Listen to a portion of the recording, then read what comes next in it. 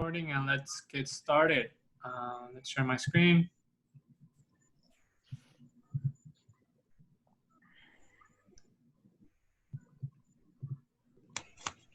Can you see my screen? Loading. Yes. Perfect. Awesome.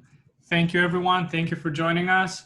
This is our fun and engaging community called Deep Learning Adventures. And if you're joining us for the first time, you're in for a treat.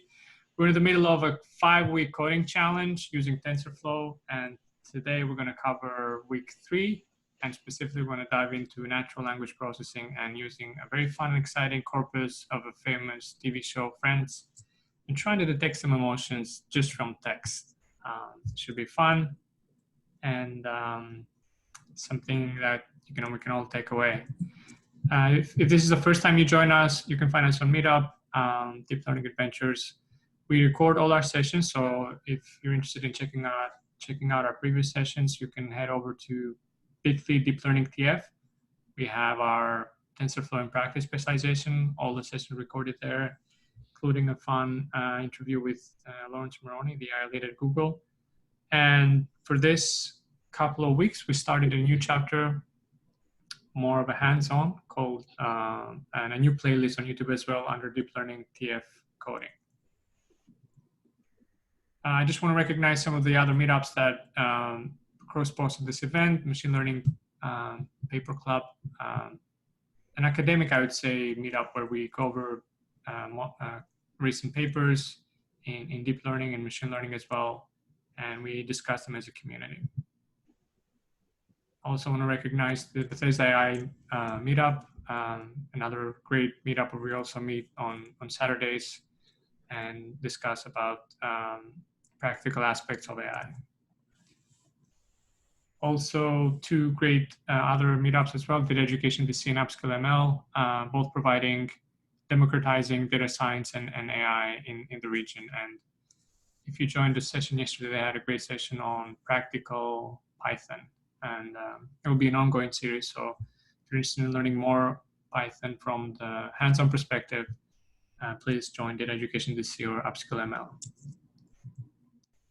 As well as Hatchpad, an online community where that's connecting startups with engineers. So if you're looking for insights, they have a nice concept where they interview companies in the DMV area, just to get to know the culture and what technology stack they use, so that if you're looking for a job, or if you're interested in working for a specific company, you have more of like an insider view. They also have jobs posting on their website, so if you're looking for a new role, please feel free to check it out. I have links on each slide as well. Cool. We won't have much time to do the introductions, but if this is your first time, welcome. My name is George, and I'm joined by my 2 great friends and co-organizers, Robert and David, and we want to make sure that you feel welcomed and included. George, I just want to mention, I think I saw the DCNLP meetup group also post this announcement. Oh, perfect. Yeah, the DCNLP cross-posted as well. And I'm actually invited to one of their other events coming up next week, so I'll make sure I'll include it in our slides. Thanks, David. We won't have much materials from Coursera Deep Learning AI. We used to have in the past. I just have this slide here to pay an attribution to them. And if TensorFlow is a new keyword to you, or if you've used it in the past, it's basically an end-to-end open source machine learning platform. You can use it for computer vision problems. You can use it for natural language processing. That's what we will use it today. You can use it for time series forecasting and any other application you might think of. In terms of setup, a lot of us use Colab, which is basically a free Jupyter notebook that runs on Google Cloud. You can run it from any device. You don't need any specific hardware on your end. And you're basically renting resources from Google Cloud, and you can be provided by a CPU, a GPU, as well as a TPU for more advanced applications. So for our 5-week coding challenge, we started week 1 with the image computer vision problem. We started with the Cassava Disease classification, where farmers are impacted by this disease of the cassava plant. We did that the first week, and again, if this is the first time you're joining us, please head over to our YouTube channel to catch up on the previous recordings. Then last time we did the emotion annotation episode. This was a fun one. I just wanted to put it together so that we can do something as a community, but also prepares us for this week. And we watched the segment from the TV show Big Bang Theory, and we actually annotated it in one of 7 or 8 different emotions like fear, anger, joy, and we did that as a group, and it was a fun experience. Today we'll tackle a much larger corpus. This was actually a challenge in an event called SocialNLP 2019, and it was a corpus that was annotated by Amazon Turkers. So it's a very rich data set. We'll take a deeper dive today, and the goal is to just look at the text and to take the emotion behind each line.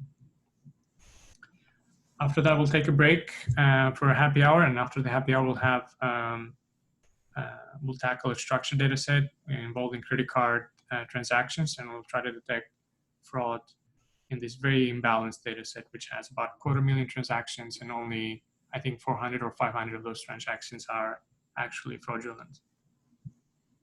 And then we'll complete with time series prediction challenge. We'll be using some weather data from Madrid, and we'll use both machine learning and statistical approaches as well as deep learning to tackle this. I'll quickly skip over the slides for the computer vision part.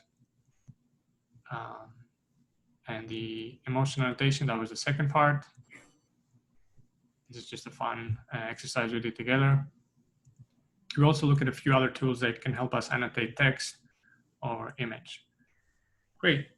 So for this week, week 3, let's take a deeper dive at the actual data set. I would love to have my friend Robert maybe give us an overview of the data set, and I also have slides as well here for us to follow up, but I'd love for maybe Robert from another perspective to give us a better idea of what this data set is about. Sure. So this is from the TV show Friends, sitcom television series. It was about 10 seasons long, and the TV show, for anyone who's not familiar, is largely revolves around a group of 6 people in New York, I think, 3 men, 3 women, all for most of the show they're single, and you know, the show revolves around their experiences interacting with both each other and the other people in their lives.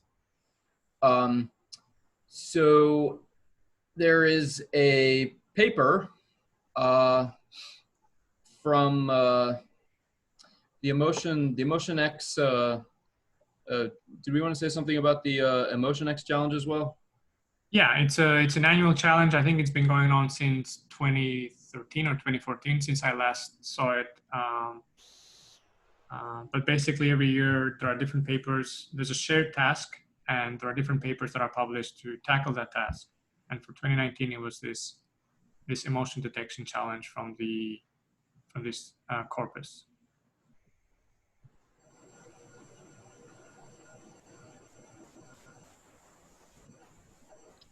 So the emotions that we're attempting to detect here are there's 6 emotions from what is the Ekman, I think.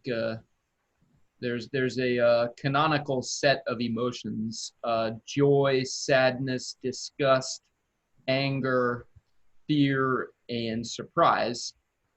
And what has been done is that the Friends dataset, which contains a few thousand different dialogues, it's a few thousand dialogues and roughly 20,000 utterances within those dialogues. 2,000 dialogues and 29,000 utterances. They are labeled in a data set called emotion lines. And there's actually 2 different sources for this data set, but we're just looking at the Friends source. And the paper here is this, oh, you've got a link to it, okay. From February of 2018, a paper out of Carnegie Mellon, emotion lines and emotion corpus of multi-party conversations, where they just basically describe the way that this data set was assembled. The training set is roughly 10,000 utterances, and there's a validation test or validation set and a test set to go with that. And in order to generate this data set, what was done was each dialogue was fed individually to Amazon M Turkers, and each one was scored by 5 different individuals.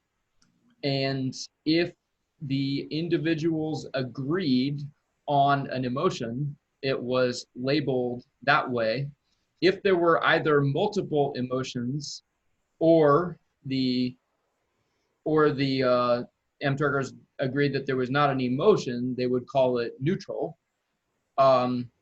If the M-Turkers disagreed on emotions, like they had more than one different emotion that were present, then you would label it as non-neutral.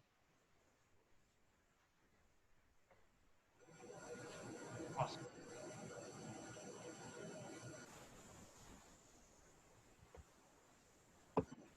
Yep, and for this week, the goal is to build a model, deep learning model that basically read the corpus that Robert described, and will be able to classify one of those 6, 7, 8 emotions. There's also a non-neutral category, which basically describes the situation you talked about, Robert, when either the M-Turkers are not in agreement or there's no consensus on what is the majority of, or the primary emotion.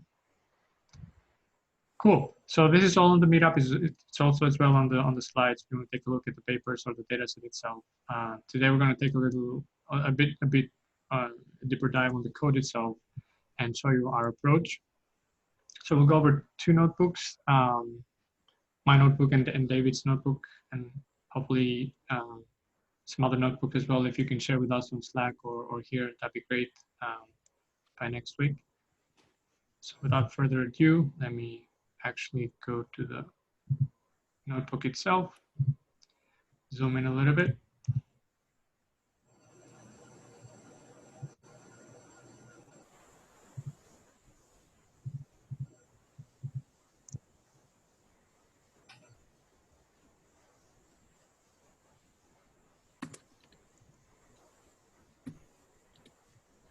Is this legible, Robert and David? Zoom out some more, please. Okay, sure. Yeah, let me know, Catherine. Yeah, quite a lot more. More. More. One more, Catherine? And Catherine? Yes, please. Okay, perfect. Thank you. All right. So that's the same background that Robert gave us. Thank you, Robert, for that. A lot of links to the papers, a lot of links to different, this is the link to the actual MotionX 2019, where you can see more of what is the share challenge, what is the share task that we're talking about, and what is the format of the data. So you have a speaker, you have an utterance. Sorry, this is the evaluation part. But basically, you have a speaker, you have an utterance, and you have an emotion, and that's the training and the validation test data set. And the paper that we talked about is here as well. Just to give you an idea. And this is the UI that the Amazon interpreters were looking at. So they were instructed to read each utterance in sequence and assign an emotion based on just the dialogue flow so far. Cool. The distribution of the data is not perfectly balanced. So you see 45% of them are actually labeled as neutral, 11% is joy, 3% is sad, very few is fearful, 5% is anger, 11% is surprise, and 2% is disgusting. And 19% of them where the labelers, the Amazon networkers themselves couldn't reach an agreement. So that means that two of them might have said something else, two of them might have said something else. There's five of them, and another one might have said something else. So there's not a consensus reached. That's why it was labeled as non-neutral. There's another data set called Emotion Push. It's based on Facebook messages. We're not going to talk about that today, but if you're interested, you can check that out as well. George, with the non-neutral, does that get they use seven digits to represent the votes on it. Does non-neutral, how do they mark non-neutral? So yeah, if you see my screen here, let's take for example one utterance. Let me go to the very beginning so we have an idea. This is quickly what's a whore, really. It's quickly. What do you think? That works. Yeah, there's another more.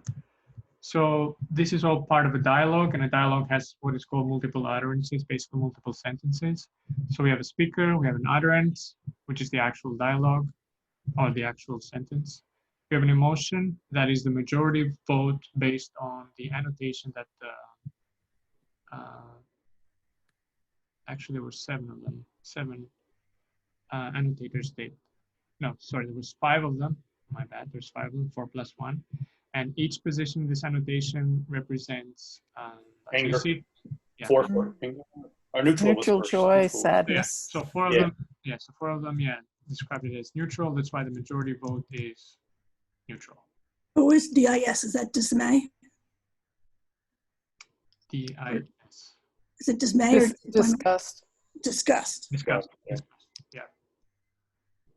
Yeah. So let's go to the paper again. Yeah.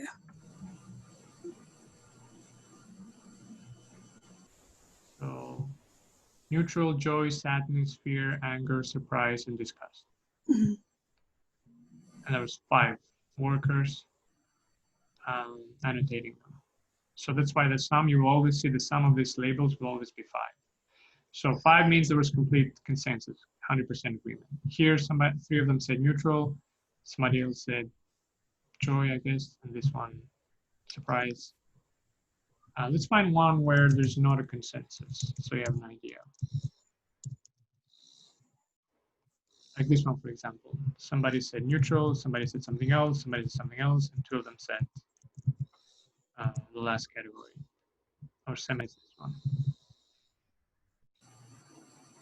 Does that mean you have to get at least a 3? Yeah. Okay. Yeah. One thing that's interesting is the difference in distribution of the emotions in this data set versus the emotion push one. It seems like the M-Turkers had a much more difficult time agreeing on emotions here. Yeah. And I wonder what the reason for that is. You know, whether the content of this TV show with canned dialogue is just more difficult to parse, or whether people are like some people are more aware of the characters and context behind it than others. The idea was for this to be a context-less dialogue, but I believe the characters' names were provided to the Amazon M-Turk people, whereas the emotion push one is just some anonymous individuals chatting over text. Yeah, emotion push was anonymized. It was passed through entity recognition. All the places, names were anonymized. And actually it was passed through a manual, like an actual person reviewer to take another look before it was published. So if there was a location or a person, you'd just get location 1 or location 2 or person 1 or person 2. I don't know if that had anything to do with the quality of consensus or not. Like the difference you're saying between friends and emotion push, right, Robert? 19% no. Right. Yeah. Well, the emotions, the 6 emotions from joy to disgust there sum up to, looks like only maybe 30% or so. Friends? Yeah. Yeah. So the non-neutral ones, of the ones that were labeled with some kind of emotion, 40% or so are disagreements, non-neutral. Mm-hmm.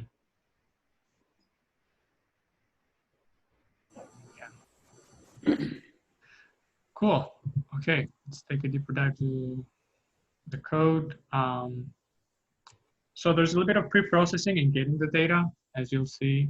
And then once we get the data, if you remember from our TensorFlow and practice specialization, we have to do some kind of padding and also tokenization. Basically, that means we have to convert words to vectors. So our deep learning models don't really work with words and text, so we have to convert each word to a vector, and we'll see that soon. So in my code, I'm importing some libraries for navigating files, unzipping files, as well as storing files locally on my Google Drive, because Colab, after a while, will not remember your session. Some libraries to upload images, and our main library is TensorFlow that we'll be using to build our models. I have a TensorFlow hub as well that David introduced last time. I haven't used it yet. I have a few more versions down the line to add it as well. Then I was inspired by David's code. You'll see it's right after my code to add a few more libraries. One of them is to calculate what is called an F1 metric, which is a function of precision recall on the test set. That's actually the metric that was used for scoring the different submissions for the share task in SocialNLP 2019. In another classification report, it gives you an overview of how is your model doing in terms of precision recall. Some random seeding here. This is a good idea if you want to have reproducible results. You can set it to any number you want. And thanks, David, for pointing out that last time, I think last week was it that Colab was actually upgraded to TensorFlow version 2.3. So it was 2.2, now it's 2.3 in case you're curious. Cool. Then I have just some auxiliary functions here just to plot things. And actually, when I build models, I build them in versions. So I'd like to have like a list of things to keep track of. So this is me just tracking things here, right, in terms of versions, and you'll see this pretty soon. In terms of the data set, if you go to one of the webs, the links that I shared under download, there's a link here that contains the data set itself. If you go from Emotion Push, you have to submit a form.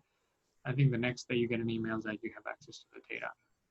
I don't know if the data set is exactly the same. I'm curious. I used the one from here. There you go. From here. David, is this the same one you used, or did you use a different one? Doesn't look like the one I used the 2018 one, which doesn't require any registration, so I just use that one. But okay, so this one. The 2019 one had the foreign language to and from.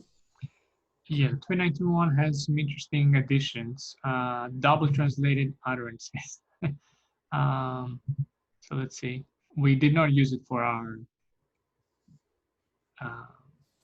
analysis, but basically what that means is that on top of the original data set that we described, the utterance was translated to German and back to English, to French and back to English, to Italian and back to English. I'm not sure. I guess that's extra information for the model, right? I'm just not sure how this augmented data would help your model. We haven't tried it yet. So the idea is they've done the work for you. A lot of people do this with like Google Translate or whatever, translate.google. But the idea is basically it's sometimes you can get synonym replacement or slightly different arrangement of the words and it means the same thing. Oh. So the idea is that you can increase your training set size and augment your data that way. It's a way of doing data interesting way of doing NLP augmentation. Oh, cool. Yeah. For the types of augmentation, are there certain like types of text where it's less effective? Like if you translate a technical sentence and translate it back, is it about the same? Or, yeah. I'm thinking of like applications that I might encounter where it's less subjective. Yeah. Yeah, if you have, let's say you come from like a lawyer background or like finance or economics, I'm not sure. this would sound. It's also if there's a lot of Americanisms in it, you know, kind of, or British slang, and then it's not going to necessarily, you can imagine the translations might not be very, very good. Yeah. But it just depends on how they've done it. Cool. So that's the link. This is us downloading the data. It's a tar2z file, unzipping it, extracting it, and it lives under Colab. It will live under your, if you go under your root folder, under content, you'll see it under content once you extract it. So then when I have the path, once I have the path for these 3 different files, they've been unzipped. There's friendstrain.json, a validation data set as well as a test data set. And we look at the training set here. The other ones look very similar as well. There's a speaker, utterance, and emotion and notation. And there's different dialogues. So that was one dialogue where the utterances are all in sequence. There's actually a flow. And then this dialogue is a completely different scene in a completely different place. It has nothing to do with the previous one. So there's like a break there in terms of information flow. But George, is it presumed that the dialogue is in sequence? So it's a series of dialogues, and each one of those is a line. But does it? The presumption is that the lines are in the dialogue are in sequence, right? Yes, the lines within the dialogue are absolutely in sequence. And if you actually watch the TV script or look at the TV script, they're exactly in sync. So you could consider who said this after somebody said that, Yes. or after somebody spoke. Yes, you can, definitely. Okay. It's an important observation. And we're just loading those JSON files into 3 different objects. It's actually the list of objects. So I have a training one for friends, validation one, and a test one. And I could get about 700 dialogues from the training set, 80 dialogues from the validation, and 200 from the test. And just looking at first few, from the first dialogue of the training set, just the very first 3 utterances or sentences. So I have an emotion, annotation, emotion, speaker, utterance. The order doesn't matter here. One thing that I noticed is that the apostrophe is encoded as X92. So it's a good idea to convert that to an apostrophe like you did, David. I took that from your. Do you notice any other codings like that besides the That's apostrophe? the only one that I saw. Yeah, that's the one that I saw. For some reason, apostrophe. Yeah, I guess because it's an object. It's an object. It's a Python object, so apostrophe has a special meaning there. That's the one that I saw. I did a little research. It's the only one I saw. It's actually a remnant of, I think, a Windows ASCII translation to this. It's like a / or something. Oh man. But it's a good question, Kathleen. It's the only one I saw, so it's the only one I really spent time on. Yeah, But I work from your files, your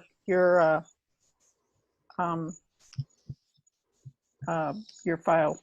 Yeah. Dave, so There are kind of nice little Python char replacement, character replacement routines out there that'll strip out all of these for you. This was the only one, so I only took it out. Good. And yeah, so that replace is exactly what we're doing here. So we'll work with 3 lists. We'll work with an utterance list, an emotion list, and a speaker list. And our goal is to basically parse out these 3 different objects from that JSON file. So we're going to look for each dialogue, and there's about 700 in the training data set. And for each line, for each utterance in the dialogue, we're going to do something. And that is, we'll extract the speaker, and also we'll extract the utterance. In the beginning, I was just looking at the utterance, but then, David and I were thinking maybe there's some information in the speaker. Maybe you detecting the emotion of, also I was a point person on my company from transition of this system to the system is one way of saying it, but then if you include the information that Chandler said, maybe that impacts your emotion. Maybe if you know that Chandler is a funny guy, or is a sad guy, or a joyful guy, maybe that has some side information that could benefit you from scoring a higher score here in this F1 metric. So I included the speaker in the utterance, basically, and replaced this apostrophes with real apostrophes. Then for the emotion, there's 3, 6, 7, 8, including the non-neutral one. And the way I did it is I coded them as numbers. I didn't do one-hot encoding or other kind of embedding, or not embeddings, other representation. So neutral to me is 0, joy is 1, sadness 2, fear is 3, anger is 4, surprise is 5, disgust is 6, non-neutral is 7. And once I do that, I append that in my emotion list. I also append the speaker in the speaker list. I don't think I've used it yet. So that is done 3 times, one for the training set, one for the validation set, the exact same code, and one for the test set, exact same code, and exact same conversion from text to numbers. And if I look at how many utterances are there combining across all dialogues, for the training set, there's about 10,000. For the validation, is about 1,000. For the test, it's about 2,000. If I just want to look at a few of them, so this is incorporating the speaker as well. So you see Chandler says, and then the utterance. And then, sure, I'm printing it twice. Oh yeah, I guess I was printing the speaker as well, but you can ignore this. And then the emotion, if it's a 0, means neutral. If it's a 1, means joy. If it's 2, sadness and all that. Cool, so far all we've done is basically store our data into 3 different lists. And let's see how we can utilize those lists. We'll use the pre-processing module from Keras, from TensorFlow Keras, and specifically we're going to use the tokenizer module to actually convert text to numbers or vectors. And speaking of vectors, we're also going to use the pad sequences module to pre-pad or post-pad our sentences. So our sentences don't have the same length. We might have a sentence with few words, we might have a sentence with like 20 words, a sentence with 3 words. We want to make sure that all our sentences have the same length before we feed them to our model.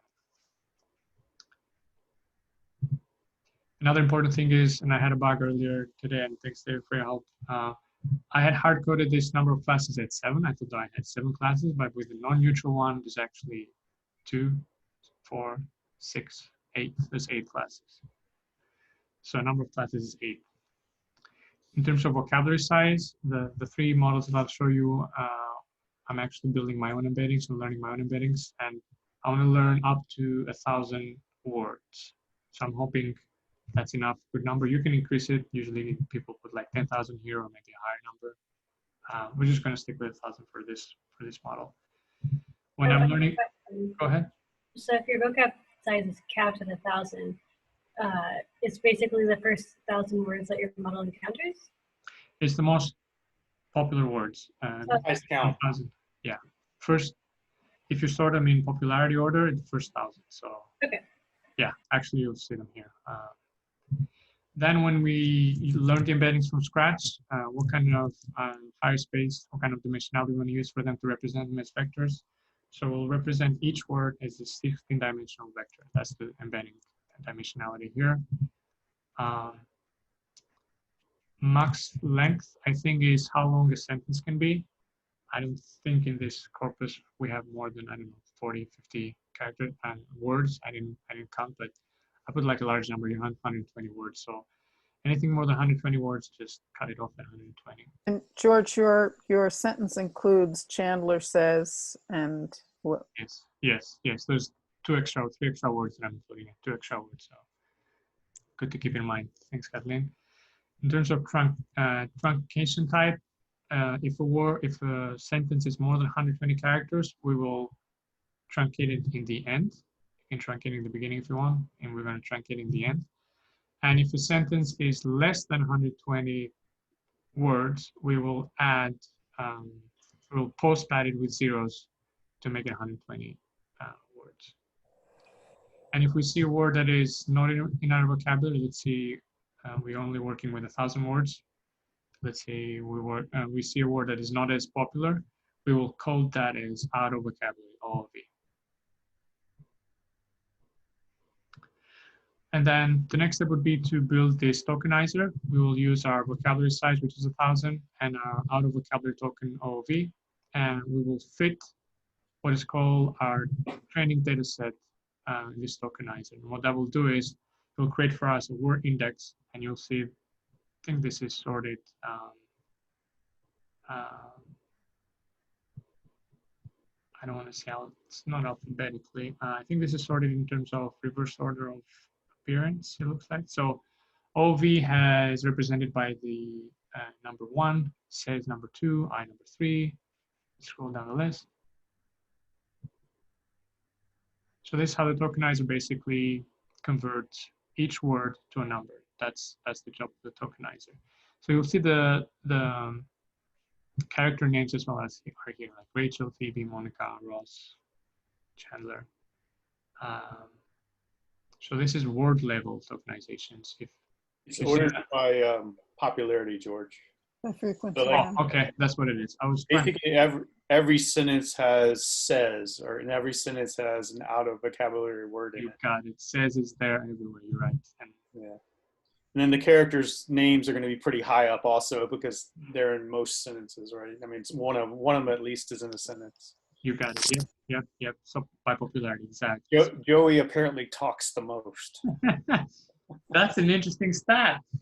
Either that or everyone's saying his name. There you go. That's true. Ooh, interesting.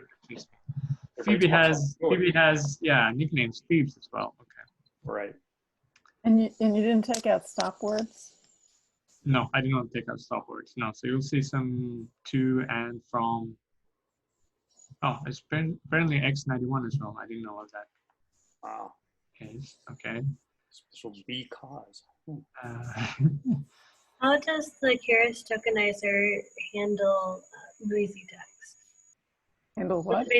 Noisy text. So is it basically just splitting on like periods and spaces, or are there like some other things going on under the hood? I ask because in the past I would just do a lot of that tokenization by hand or make those decisions. So I'm wondering what some of the assumptions are. So I think go ahead. Configurable, right? It's configured, but I think by default, like periods, commas are removed. It's splitting on spaces by default. Yeah, it's all configurable though, I believe. Okay. Yeah, I don't see a dot. I don't remember if I saw a comma. I saw apostrophe. That is included. Yeah, see apostrophe. Which apostrophe? Single. Is that Right? weird? Apostrophe, right? Is that what it's called? Well, is it that forward thing? That weird forward thing? I don't know. Cause. I mean, technically that apostrophe was part of the word, right? Because it's not cause, it's because, but like a short version. Right. Yeah, better accent than Alexander. Okay. All right. Let's get out of this long list. But there's basically 1,000. So let's see what is the least popular 1,000th word. I'm curious. Keeps Bobby personal. Okay. Good to know. Then what we're doing is we're taking this list of utterances, and we are converting it to a large sequence of utterances, and we're actually doing the padding that we talked about. If a sequence or if a sentence is less than 120 words, we will keep just max length. We'll keep just that length. And the truncation type is post, meaning we'll cut it off at 120 words. And if there's any padding involved, if say the word is less than 120 words, we will add 000 in the end. So basically we're converting our text to vectors at this point, and each word will be in numbers as you'll see here.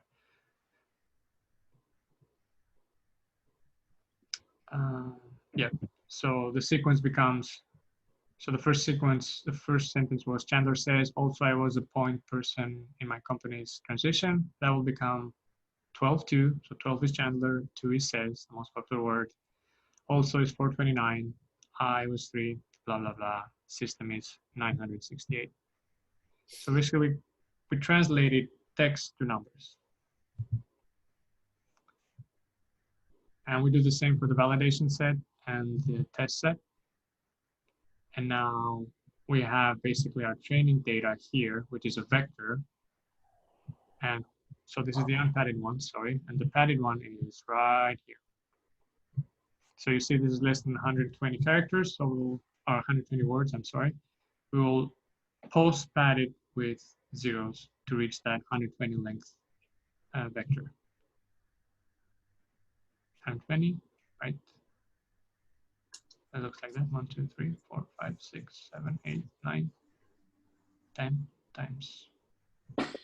So George, I just want to point out for people that one advantage of doing your embedding on your own this way is that you got the speaker names into your vocabulary. Otherwise, they would have been just out of, you know, OOV characters, right? So like their Chandler is 12. Yeah.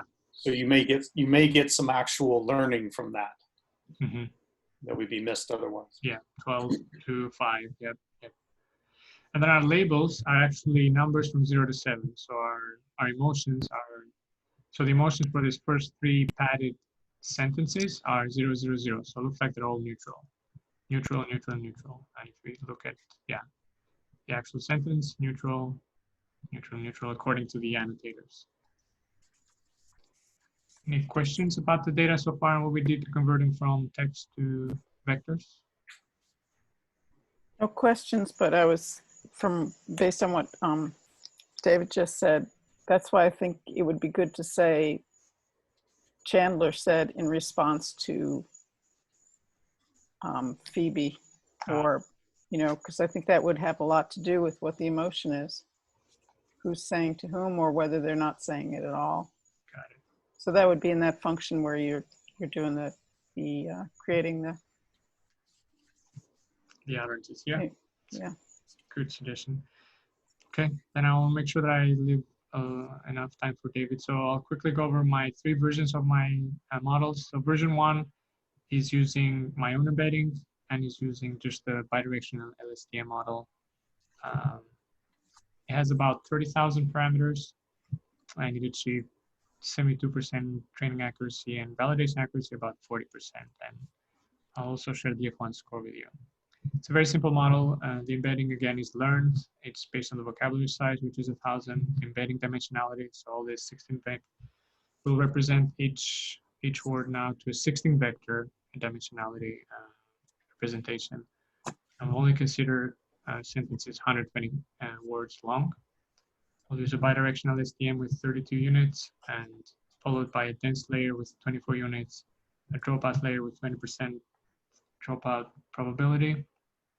And the final output will be a dense with num classes, which is 8, and a softmax activation function. So we can pick just the most probable emotion class. So the summary is it's right here. You can see the output shape and the number of parameters involved. There's about 30,000, most of them, about half of them are in the embedding layer, and probably the other half in the bidirectional layer. So David, yeah, you introduced this F1 score. That was good. I just took it from your code as well, from the add-ons of TensorFlow. There's a metrics F1 score, how many classes you have.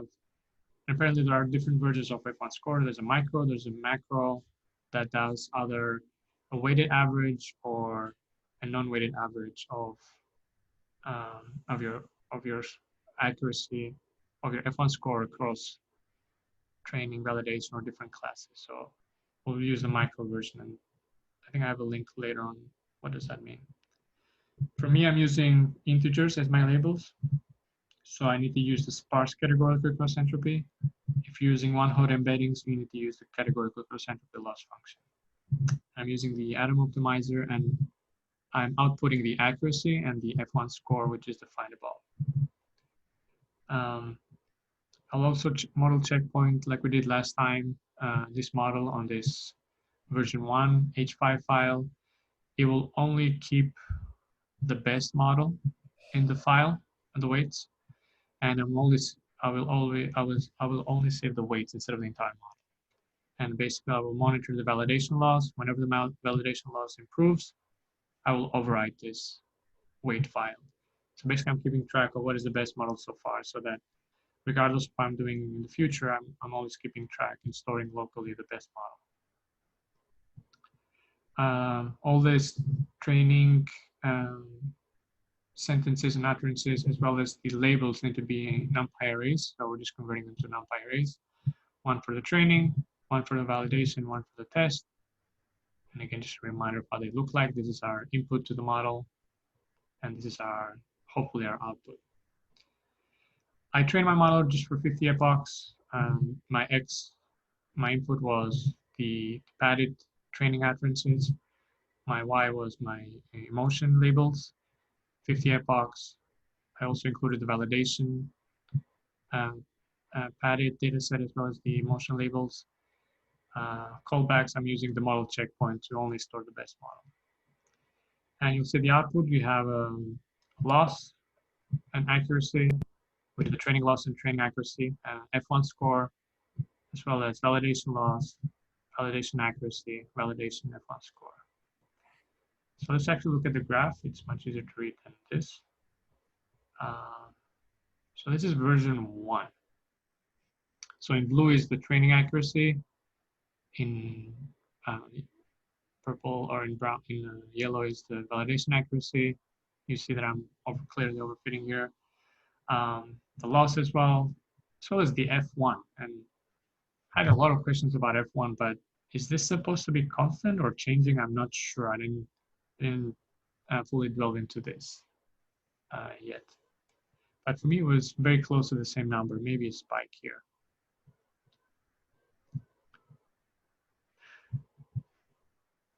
Then to actually, yeah, go ahead. Your F1 score should be getting closer to 1. That's your goal, right?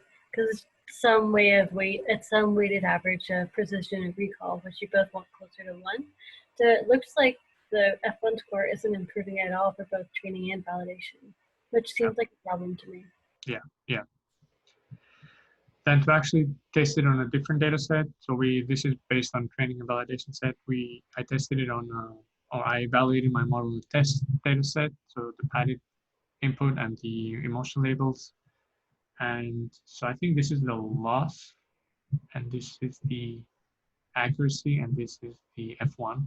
Yep, right. Loss, accuracy, F1. So I'm not getting great accuracy here, or great F1. And I'm using this classification report that you did as well, David. So 0 to 7 are the different classes. 0 is neutral, 1 is joy. So you have precision, recall, and then F1. And this is how many utterances belong to that class. So the most popular one is the first one, the neutral one, and then followed by the second one, the fifth one, or the sixth one in order, and so forth. So I'm not getting a great metric here, and I'm exploring some other versions later on. Yeah, so version 2. So it appears that the ones you are doing better on, were you going to talk about that separate, or should I ask? Yeah, let's talk about it now, please. Okay. The ones you're doing better on are neutral, and 1 and 5 are joy and anger. And those seem like they might be somewhat more easily distinguished. He's doing pretty well. He's got the non-neutral in there. Well, not that well, I guess. No. Is non-neutral is 7? Yeah, it's not that well, I guess. Yeah. Okay, then never mind. I was wrong. It's not anger. It's surprise is the other one that's predicted well. Anger is 4. Oh. Surprise is 5. So the heavy emotions that you're saying are easier to detect? Is that what you're saying, Robert? Well, I was trying to figure out. I mean, it's not surprising that you're doing better on neutral than the other ones. Just, I mean, there's that many more training examples. Mm-hmm. And it's not surprising that class 3, whatever that one was very poorly predicted. Fear, I think. Yeah. Plus, there's very few examples of fear. Yeah. I think that disgust was 7, right? Is that? I mean, 6 was disgust. Yeah. Yeah. Yeah, that's probably a hard one. So on the rare occasions, we're not doing well. Maybe it's like an emotion like disgust is somewhat contextual, which is why I was struggling. Just a thought.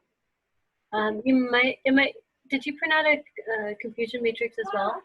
It might give you some insight on like why it misclassifies things. Mm-hmm. Yeah. Yeah, I was actually really, I was thinking, I'd be really curious to see how much of an impact the fact that you have the character's name in your sentence and where that could be affecting the predictions. And, as David mentioned, it could be very helpful in theory to know who's saying something. Maybe you know that Chandler is a very sarcastic person. So if he says something, maybe he doesn't always mean it literally. Whether the labelers know that or not is another question, I guess. That's true. Yeah. But it'd be interesting to feed in sentences and change the person's name and see which types of sentences your model predicts differently for one character versus another. Yeah. So That's a good idea. I don't know if I would swap names. I would definitely try it with and without speaker names, just to get an idea. Yeah, or that. Yeah. There's also, it would be interesting to just group positive and negative emotions. Oh, I see. And Actually, be a simpler. Yeah, for the actual shared task, they only looked at 4 emotions. They only looked at joy, sadness, anger, and neutral. They did not include the tricky ones, I guess, the fear and disgust. Or you could even pare that down to 2 classes, neutral versus non-neutral, and put everything else in non-neutral. Where's the fun in that, Robert? Well, Okay. Version 2 is me adding another bias theme layer, adding some more parameters from 30K to 100K, jump to the chart. So the ... is version 2. Not that much of improvement. Not much of improvement in font score either. Like, okay. And let me try something else. So version 3, I included a 1 deconvolution. And if you've seen our recordings from the past, this is a great way to also work with NLP dataset. So, and this is very fast to run compared to the bidirectional LSTMs as well. I was surprised it was very fast. So with that, let's see what accuracy and F1 I got. Okay, so that's the one with the cross or the plus. So training wise, clearly it stood out close to 80%. Again, overfitting here is a huge gap between training and validation. Yeah, loss as well is increasing. So the essence here is that it's much better at overfitting. It's much better at overfitting, yes. That's interesting, yeah. And I'm not doing anything here. Like, I don't know why I'm stuck at this number. Like, what's so special about that number? Those are the metrics that I have. Yeah, and I'm planning to have a version 4 and version 5 where I don't learn my own embeddings, but I transfer them maybe from Glove or another embedding space, as well as I don't use my own model, but I use an NLP model from a much larger trained data set. So it's interesting here, even though it didn't show in the graph, it does look like it might have done slightly better at dealing with the imbalance. So some of those, like number 3 and number 6, those were 0. Yeah. The F1 score was 0, almost 0 for all those before. Yeah, it's not doing great, but it tried at least. But the average, if I look at it, average for me is dropping. It's dropping. It's like 45, 42, 40. Like the average. It did worse on other ones, which is I'm not sure. Cool. Well, it's predicting those few with such poor accuracy that may be dropping it. I mean, if a class is so rare, it might be better to just never predict it. Right. The ones it got wrong. Yeah. That's true. Cool. Okay, I'll stop sharing. David, you want to share your notebook with us? Yes. I think I have to make you. maybe a co-host maybe. Host. Oh, hopefully my bandwidth will hold up here. Okay, let's try. Okay. Any questions in the meantime for me for those 3 different versions? I think one thing that I noticed is it looked like the model wasn't really able to generalize. Like the more you trained in all 3 of the models, the validation accuracy loss never really budged. So for some reason, it's learning to memorize the training set, but not really extrapolate. There's various things you could do. I wonder if word embeddings might be a challenge because not only are you trying to learn your target task, you're also trying to learn the meaning of words. So I'm not sure how to fix that, but that was one thing I noticed. Yeah, you can bring your own embedding. You can transfer learn embeddings, and I think David will show us that from another data set instead of learning them from scratch. So I probably won't actually, but can you see my screen now? Okay. Yes. Okay. So I did share out early in the week kind of a starter notebook for people to look at, where I actually took a embedding from the Google News, you know, all the things from Google News is pre-trained on that as an embedding, and showed how to, you know, load up the data and run some models against that. And it did okay. I think I still even was similar to George when I did all 8 predictions, was probably like in the 52% or something, right? So that's very hard test. I didn't work on that much. It was just something to demo it. But in the one I'm going to show you tonight, I actually used a pre-trained model as well, and I used Albert, which is a light version of BERT. It's much smaller in terms of the number of parameters that it's trained on, but it has comparable accuracy. So if you're not familiar with Albert, please, you know, go look at it. If you've heard of BERT, this is another version out from Google. So George has gone through a lot of the data prep and loading of things that I'm going to show here. So the only difference is I used the 2018 data, which may be, I didn't check, it might be exactly the same, but it doesn't have that translation of augmentation of translating to a foreign language and back. But I don't know if it's the same or not. And unfortunately, I didn't compare that. But I didn't, like I said, I didn't have to register. I just grabbed the file, so it was easier. So the first thing I'm doing here, is my screen big enough for people? I just want to probably. I can see. Okay. So the first thing, I'm just grabbing a few things that you need for Albert. There's a tokenization routines it uses actually comes from BERT, the original BERT model. So I'm just pulling that down.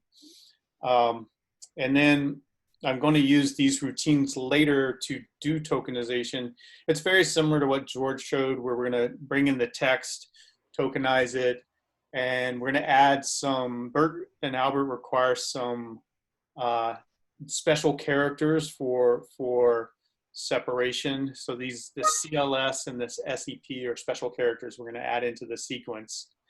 I'm going to, you know, be able to pad if it's not a long enough sequence, and I'm going to convert those tokens into numbers, into IDs. BERT also likes to have a mask, which is showing it where the character or the tokens that it needs to use are versus the padded tokens. So all 3 of those are going to be input into the model, and I'll show you that in a second. But we're going to create a list of tokens, masks, and segments for every piece of text that we're bringing in. Just to clarify, David, the tokenizer you used had nothing to do with the model, or was it trained with the model?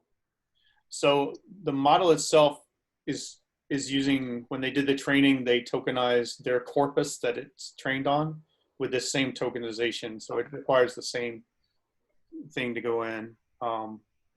It requires input in the same format that it's trained on, if that makes sense. Got it. So I'm going to not do the 8 labels. I'm only going to do what was used in the competition. I did earlier in my other model do the 8, and like I said, it was around 52% accuracy. But here I'm going to just do joy, sadness, anger, and neutral, which were what they used in their competition. George kind of went through how you read in the models. I read in as well the speaker and the utterance and the emotion. I actually later on just decided to take the speaker out, and I didn't see very little difference in my result. And my intuition tells me that's because with my model, because I was using an embedding that came from Albert, it puts those probably as out of vocabulary. So they all look the same. So there's no knowledge in that token. Whereas George might have got some different results if he had taken the speaker out of his, but I took it out. I tried it with and without and didn't see a lot of difference. So I'm going to create I've got these data frames for test, validation, and training. You can see the imbalance in this. The sadness doesn't have much. This is in the test one, just showing the imbalance in the test set. Are you throwing away the other emotions? Is that what's going on? Yeah, so that's what they did. I read them. They don't actually keep the other ones. They remove all the dialogues or the utterances that are classified, like disgust and all non-neutral. They take those out of the set. So I'm doing that as well. You'll see here, I have allowed emotions in my allowed emotions. And up at the top, I define my list of allowed emotions, which is the competition set. Cool. Thank you. So I remove all the rest. I did play with a lot of things where I was trying to, since this is such an imbalanced set, I tried a couple of things where I tried to oversample the minority classes, which means that you're reducing things like neutral, which is, if you look back here, neutral is going to be really a large part of our data. I didn't get a lot of good results with that, but I left the code here for people to look at. I also looked at taking the training and validation sets they gave us and combining them back together and shuffling them and creating my own split of training and validation. I actually got worse results when I did that. So I figured they must have done something in the way that they set it up to reflect the test set, maybe. So they actually had a better split than I could produce on my own randomly. But I was just exploring that. So I left that in. If people want to see how to do that, I just left that in. Doesn't seem counterintuitive? Go ahead. Doesn't that seem counterintuitive? I mean, shouldn't you be able to cross-validate with it? That would be another great approach. Yeah. It sounds like that's what, in a sense, what you were doing, and it got worse results. So what exactly are they doing with their training and tests? Sort of. I mean, was it a lot worse? No, it was not a lot worse. It was not a lot worse. So it's just just random fluctuation. A couple of percentage points difference, really. So is there any reason to believe that the train, validation, and test splits as produced in the official data set are anything other than random? From reading the paper, all I could tell is they bucketed based on outwards length. They had buckets from like 0 to 5, 5 to 20, 20 to 30, 40 to 50. And did they try to make sure that to stratify those so that an equal number of them appeared in each of the sets? I have to read the paper again, but so that could be a great big difference, right? So they were stratifying based on the length of the utterance, right?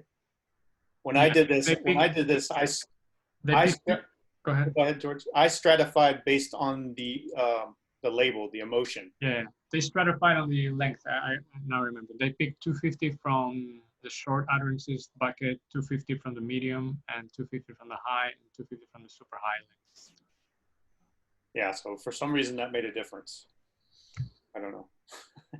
Anyway, so I did try a little bit of text augmentation. You guys can go through this, but the essence of it is, what I did was a synonym augmentation, where I took, you can look at this, kind of what it does. It's, if we look at the original text was also I was the point person, it's the one by Chandler, right? Yeah. And then it's going to augment that.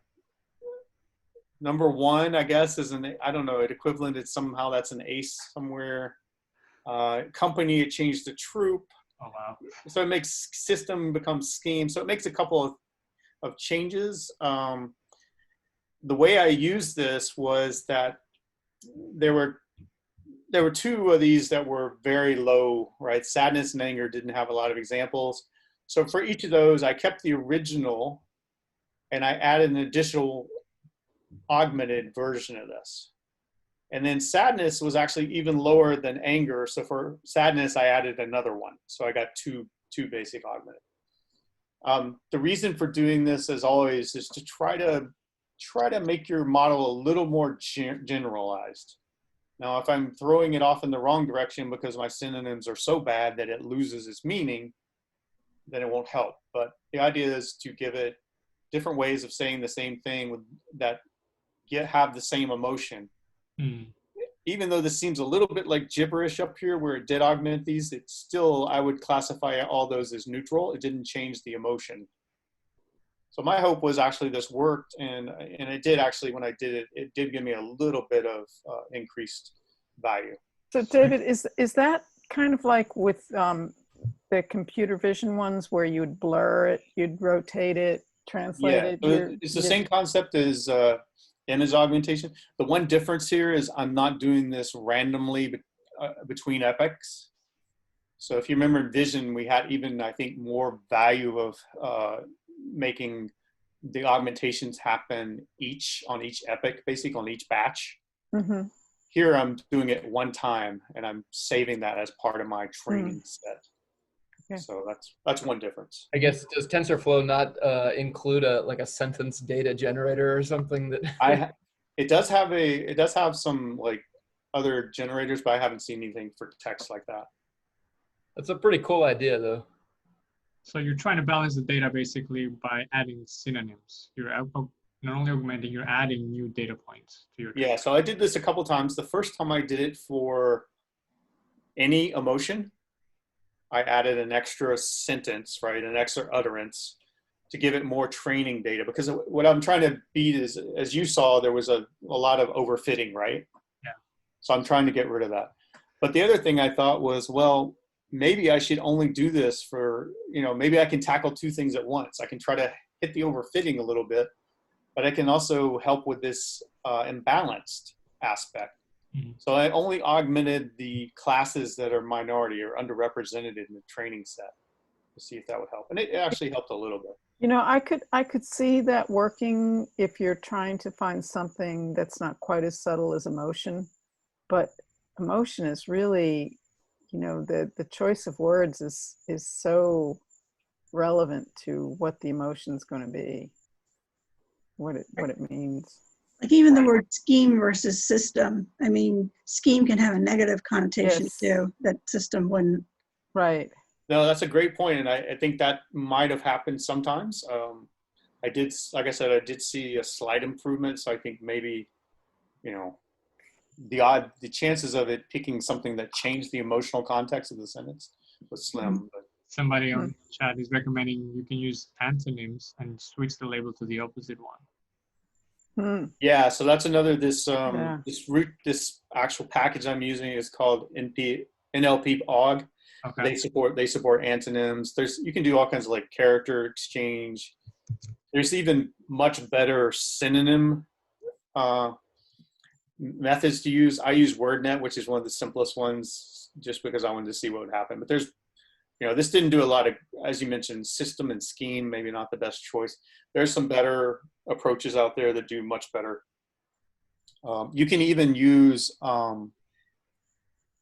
language kind of like, you can use BERT as an example to do the synonym. So basically you're using a very complex NLP machine language or machine model to actually do this part as well. So I think you might get better success with a better augmentation approach. So I looked at the max length. With this approach, the max length I'm seeing is, and I looked in the combine, which was just the training and the validation, just to see what kind of sizes I might be doing. It's 241. I'm not going to use that, but I just wanted to print it out. George mentioned, taking a look at it. I'm going to encode my labels. George did it kind of manually to zeros and ones, everything. I'm just going to automatically do it using this label encoder.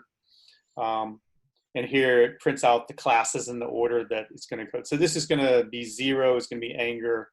Joy is going to be 1, 2, and 3.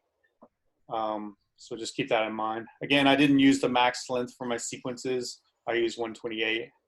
And here I start to build the model. Again, I don't know if you remember, we had our sequences, our IDs, basically our tokens that are numbers, the mask, and what's known as the segment IDs. We kind of went through how that was produced. The only thing I'm going to do, I'm going to use an Albert layer. I'm going to go to the hub that we talked about, TensorFlow hub, and I'm going to pull in the Albert pre-trained model. So I'm going to use the English version from Albert. And out of that model come a pulled output and a sequence output. I'm not going to go through the details of that, but the pulled output is most commonly what people use. I'm going to use that. And I'm going to feed it into a dense layer and my final predictive layer, which is going to have the number of classes, and as George mentioned, using the softmax. I'm defining all this in a method called getModel. And the reason I'm doing this is for Martin. Martin, I think, is here. I'm not sure he's not, but he's always asking about ensemble models.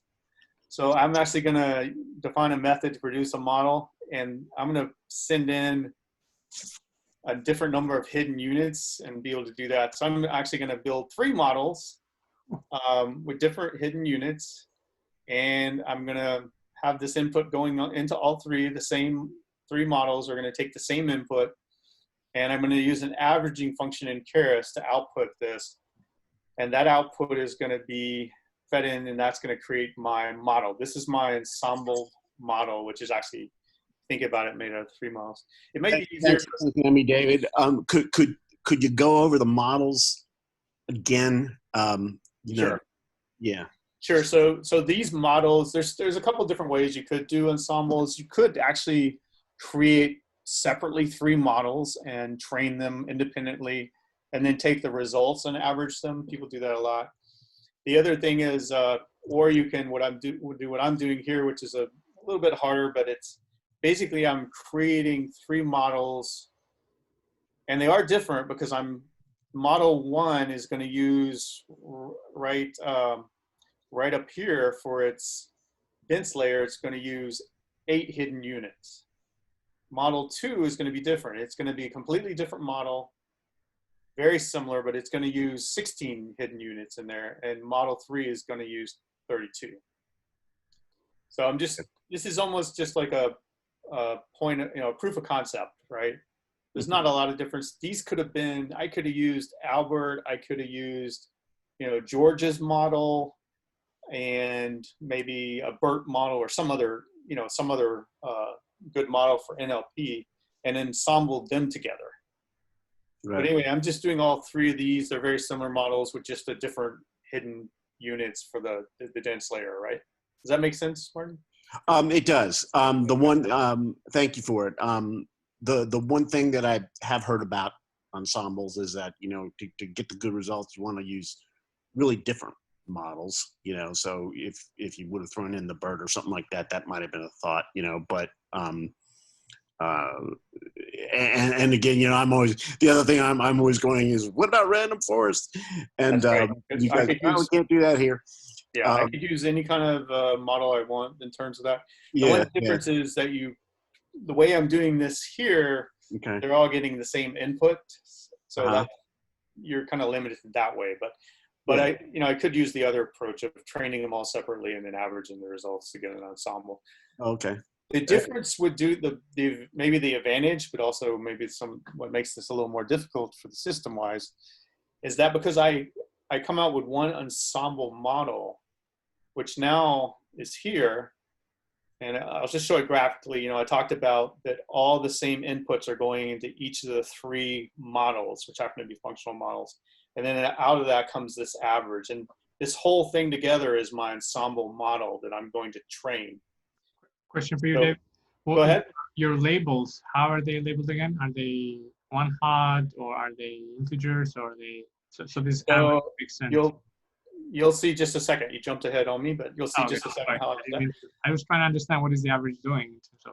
Yeah, so then I did a little data prep down here where I got basically what George did earlier when he got his NumPy arrays. So I'm calling those earlier functions I showed you earlier where we do all the tokenization and masking and everything and get the results. And the last thing I'm doing, I'm saving a copy of my simple NumPy array of the test labels, and I'll use that later when we do our F1 score.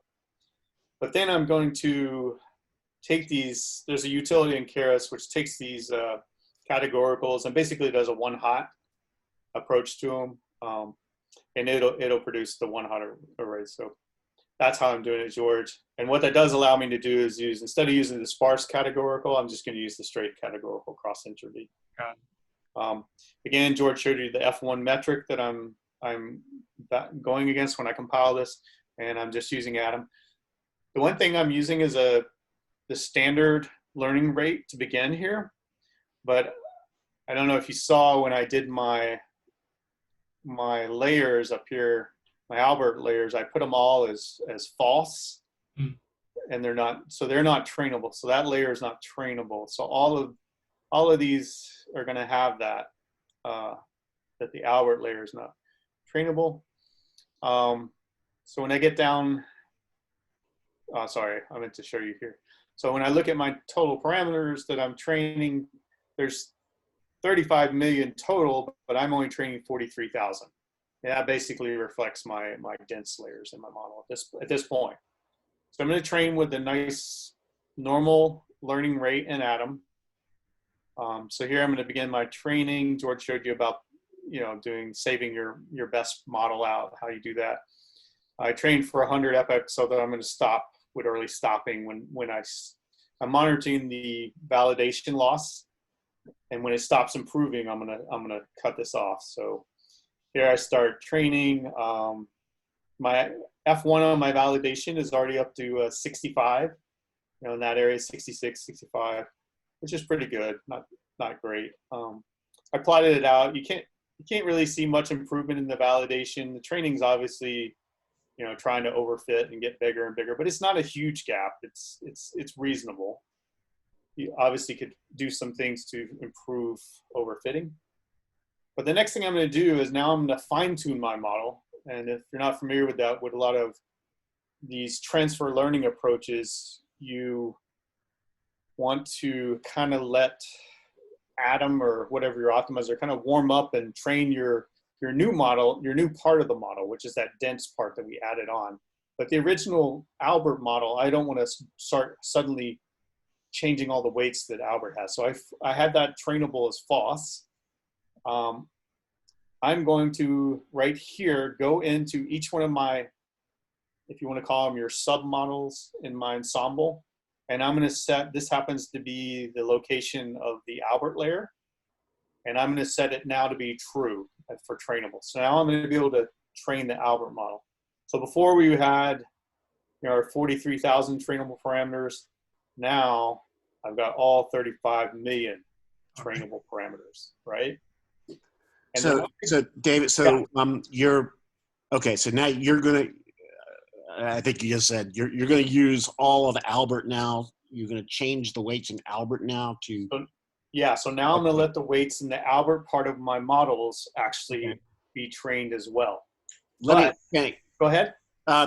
Well, the one thing I've heard about in terms of fine tuning in this environment is that you would So initially you're going to not use any of the convolution base, and you're just going to train your dense model, right? But then to fine tune, you might back it off a little bit from the top. Not use the whole convolutional model, but just back off a couple of layers. So that's another popular approach, is to only unfreeze a certain amount of the layers in the original one.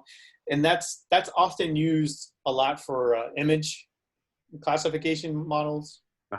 So you're right, with like ConfNets and stuff, that's a very popular approach. This one, you often do a little more in things like NLP models like BERT. Yeah. The one difference I will say, what I'm going to show you is I'm going to reduce my learning rate down to minus 6 here. So I'm letting it change a lot smaller amount, right? So I've unfroze everything, all these 35 million parameters, but I'm not going to let them change drastically, right? I'm going to see if the model can improve based on this lower learning rate. But this is why you started, first of all, by setting these trainable equal to false, because you wanted to get some solution that So I wanted, I wanted to the real task before touching Albert at all. Yeah, I wanted my my dense nets, right, that I had attached to all these. So the 43,000 trainable parameters I wanted those to really try to optimize those the best I could, right? At a larger learning rate quickly, right?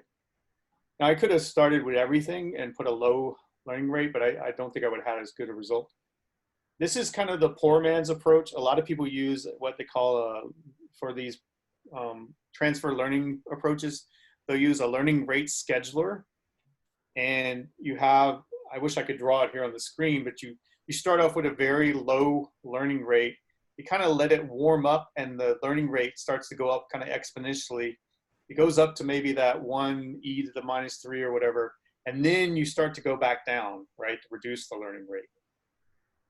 And so each epoch, it makes an adjustment of that. So that's kind of like, that's the learning rate scheduler that a lot of people will use. Question for you, David. You had somewhere in the end of each epoch printing the learning rate, but I didn't see it printed anywhere. Is that? So I took that out. Yeah, I took that out because it was kind of busy. There is, I believe, a callback up here.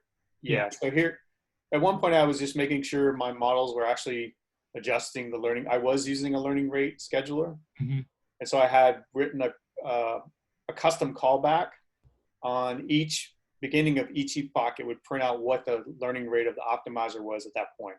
Yeah. So feel free to, just add it into the callbacks. You would just add this in, and then every epoch down here, it would print out that value, just for tracking. Got it. But now I wasn't doing that anymore. All right, so now I'm training the big model, but at a much less rate.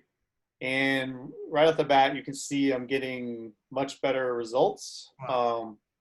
Again, I'm gonna stop early and reload that model. Again, it just starts to overfit pretty fast. But I'm gonna reload that model and see how I do on the test set like George was doing. Here, my F1 value is about 78%, which is the best I've seen. I'll go through these. I tracked a few, but this was one of my best results. And then here's the classification report. You can see on sadness, it really didn't try again. I never quite got this. So maybe someone who's an expert on working with imbalanced NLP data sets can help us, but it improved a little bit. It actually tried some on the anger, got some of those right. So the total was better. Go ahead. You added 2 sentences extra? Yeah, so I added 2 sentences extra to sadness and 1 to anger. So this is augmented by 1 extra sentence, and these are augmented by 2 extra sentences. And it still didn't really do much for it. So this is an earlier one where I used a certain full text augmentation, and it helped with the anger score. Some was what I was just demonstrating. But I thought it was interesting to look, what if we just took our data and we predicted neutral for everything? So we know we at least are doing better than this approach, right? So if we took the majority class and we just said everything is neutral, and with that you can get an F1 score of you can get 70. so you got to beat 70. That's not just a poor man's approach. I don't know what to call this. That's a hacker's approach. So I'm gonna talk about some things I might do in the future, but I just want to know if anybody had questions about how I approached this and what I did. Can you talk us about your matrix here? Yeah, it looks super interesting. These metrics? Yeah. Oh, sure. So this was several different runs with different things. We didn't talk much about focal loss. These first few, I was using something called focal loss, which should help with the imbalance. However, the particular version of focal loss is one that's in the TensorFlow add-ons. Maybe I think Robert might have looked at it, but it comes from image classification, actually image detection, right? So Object detection. what they used it for was it was very good at looking at, you know, where you have a large amount of background as a majority class, and then you want to show segmentation of where the actual object is, which is going to be a small amount. So it was really good at working with that imbalance. And the jury's still out. I'm not sure it's very good at this kind of imbalance, helping you with this kind of imbalanced class problem. But anyway, so that's one of these results. You can see. Explain the F1 metric, David. I'm not sure what that is. So I think Robert put a good okay example. Never mind. Okay, I'll read up on it. I mean, the F1 metric is essentially the harmonic mean of precision and recall. So it's kind of a metric that just considers both precision and recall and tries to optimize both of them simultaneously. Okay. And Martin, I don't know if you're familiar with it, like the precision and recall are basically these calculations based on, you know, your true positives versus your true negatives versus your false positives, you know. Yeah. So it's how you measure that. The idea is that you can get, like, you know, if you use just something straight like categorical accuracy, you can get a really good result by just ignoring the classes where you don't have many examples, right? Mm-hmm. But an F1 metric says, oh, I'm doing, you know, if you get that a high score on that, you're saying, hey, I'm getting these easy to guess classes that are the majority, but, you know, I'm doing bad on the minority classes where there's not many examples, or, you know, I'm doing well on both. And then I get a high F1 score. So the higher the F1 score, the better. Okay. That helps. Thanks. You see it a lot. You see it a lot for like medicine or something where you have a rare disease and you're looking at, like, you know, majority of your cases are benign and only a few are malignant or something, things like that. Okay. It's important to take that into account. So that was Adam with fine tuning and focal loss, right? Yeah, and these are all going to be the same until it says no SFCE. So that's where I took out the focal loss. What is the original split? Huh? Original split, what is that? So that was their split of training and validation. Oh, okay. Versus my attempt to redo that. Shuffle them. Yeah, so you can actually see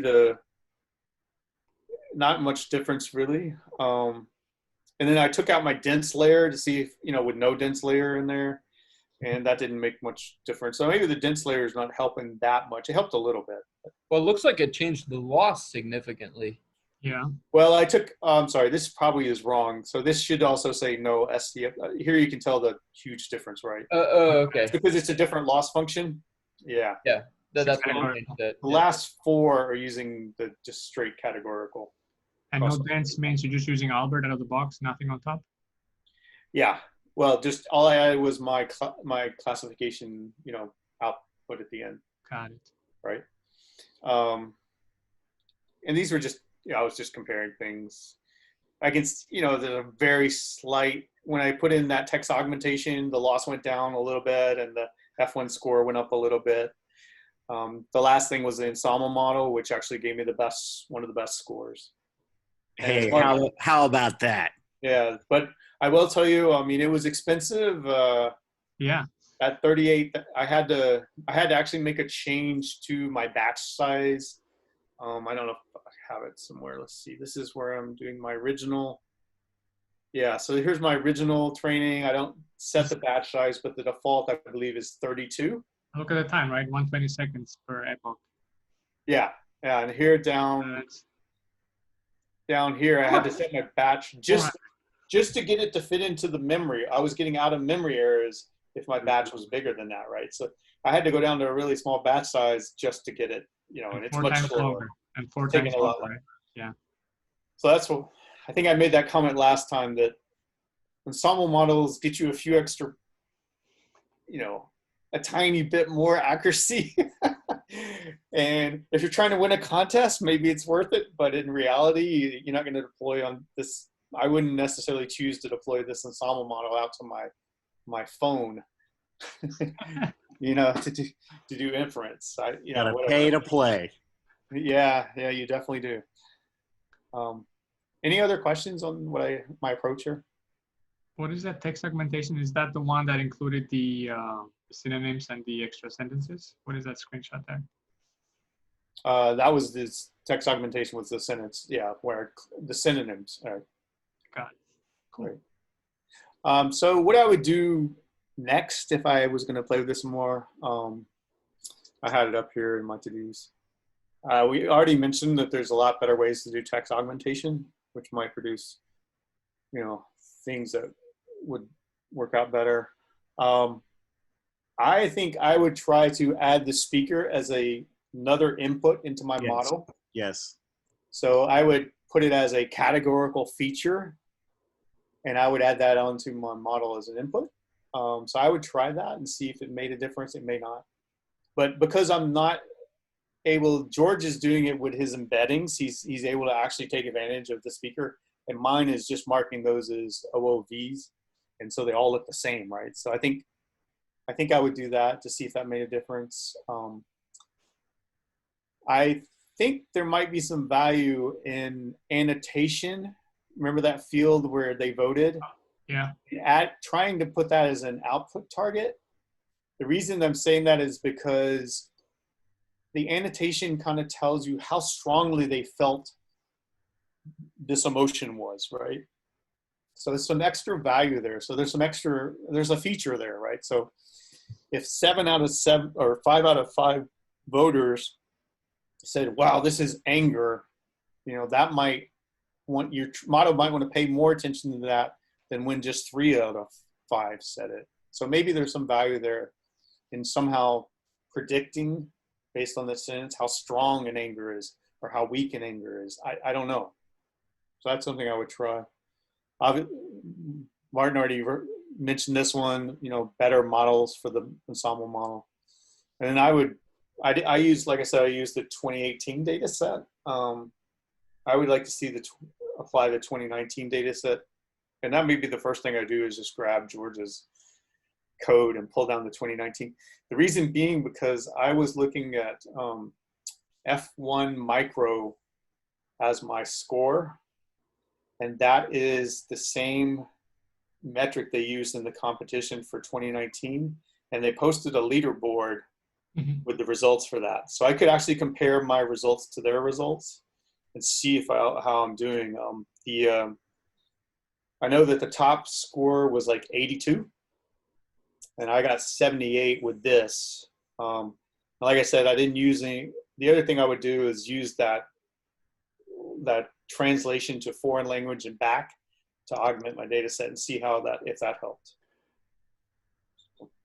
David, is going back to something I was thinking before, the way you and George did this is to extract everything out of the context of the dialogue. It ignores the dialogue. Is there a way of it makes a big difference what happened before and after the context? No, absolutely. So, and I think that's another approach that may make a huge difference. As you said, you could tag something on the end that points to the speaker before, right? So that would give you some context, but not a lot.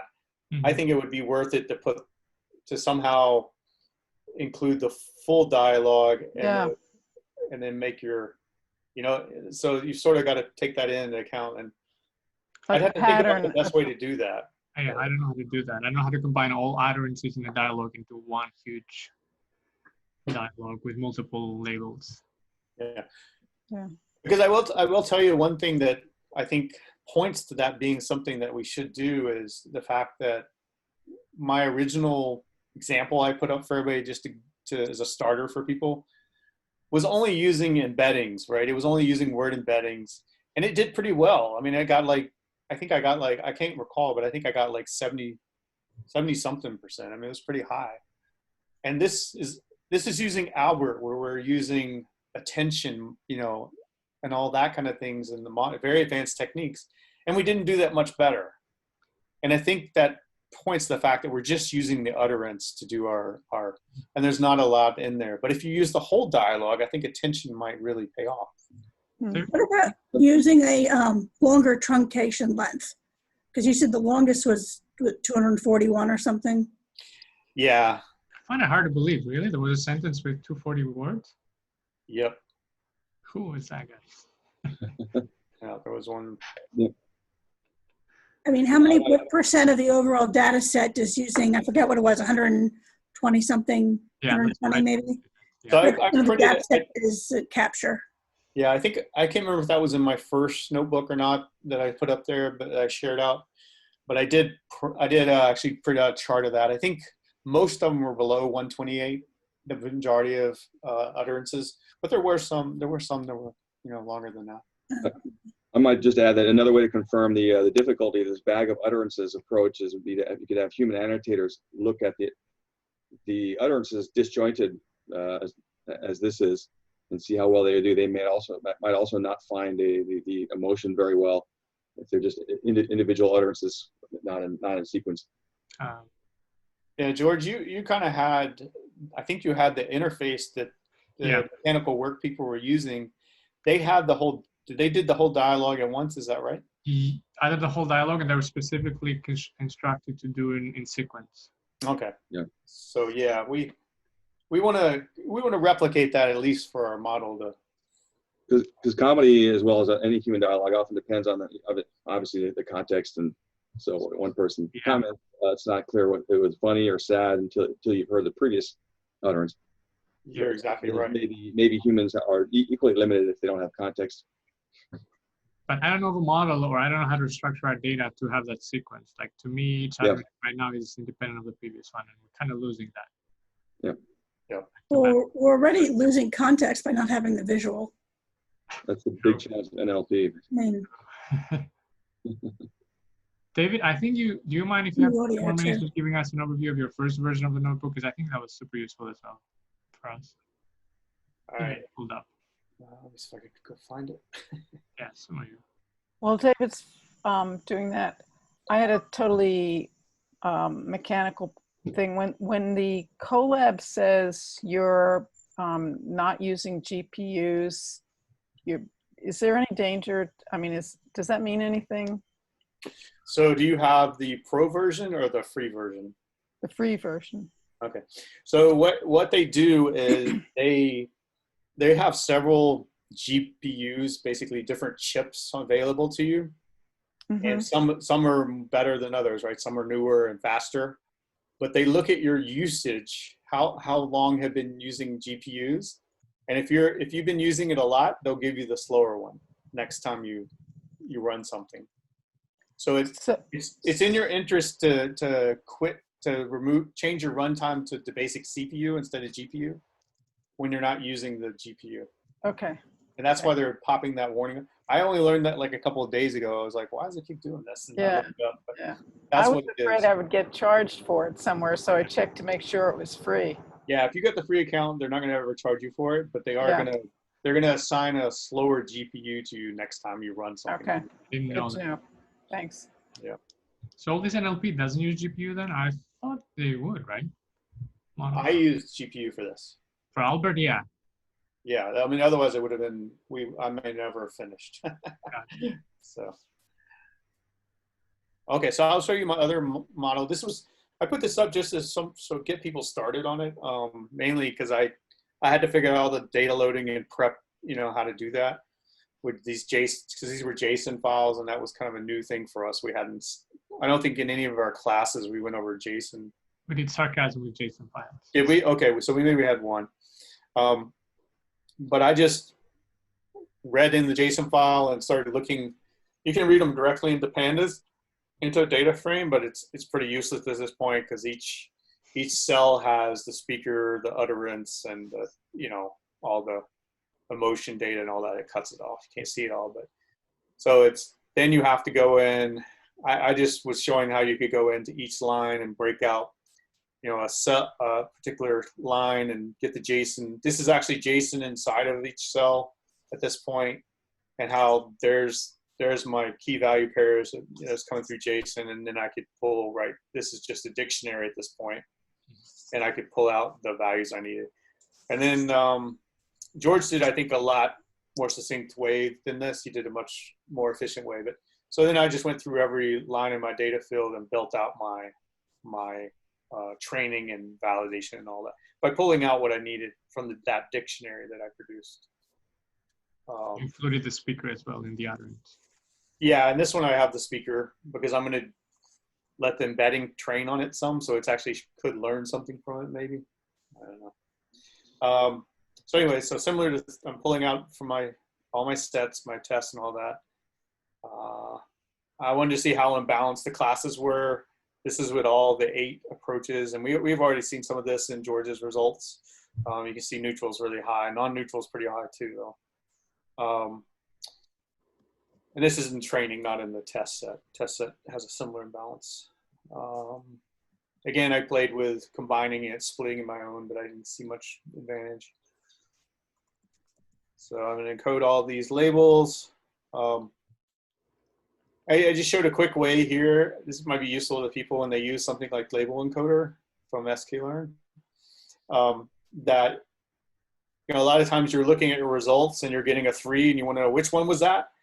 You know, if you wanted to print something like that, you can print it out this way. You can just put, it's an index basically to the classes, to the dictionary that's in the label encoder. It saves and it'll print it out. So you can do that, right? So label 3 obviously is joy and 6 is sadness. So here I just wanted to kind of look through that. Believe it or not, George, there's 340 is the max length. I don't believe it. When you include everything, not just the 4. So there must be some really long discussed line or something. I don't know. Or maybe a non-neutral. One of the non-neutrals is really long. It'd be interesting to see which one it was. I'll find it. Yeah. All right. At one point I was using data sets because they really got a lot of nice features, and you know, the TF data set instead of data frame. So I just was showing real quickly, I took this out, but I was just showing real quickly how you could convert your data frames into a data set. Maybe you have reasons to do that. You like using data sets more. Again, similar prep to data. I'm just gonna pull out my texts and labels.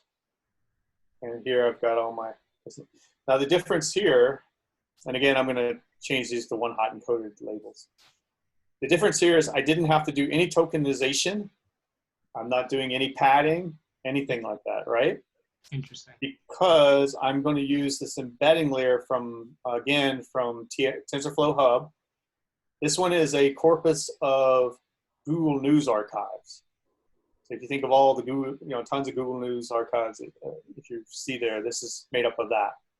There's other ones out there, like all the wiki words, you can get all that. This is a pretty big one. I found it pretty slow, but didn't get much advantage. You can also do one that has normalization. I'm trying to remember what does it do?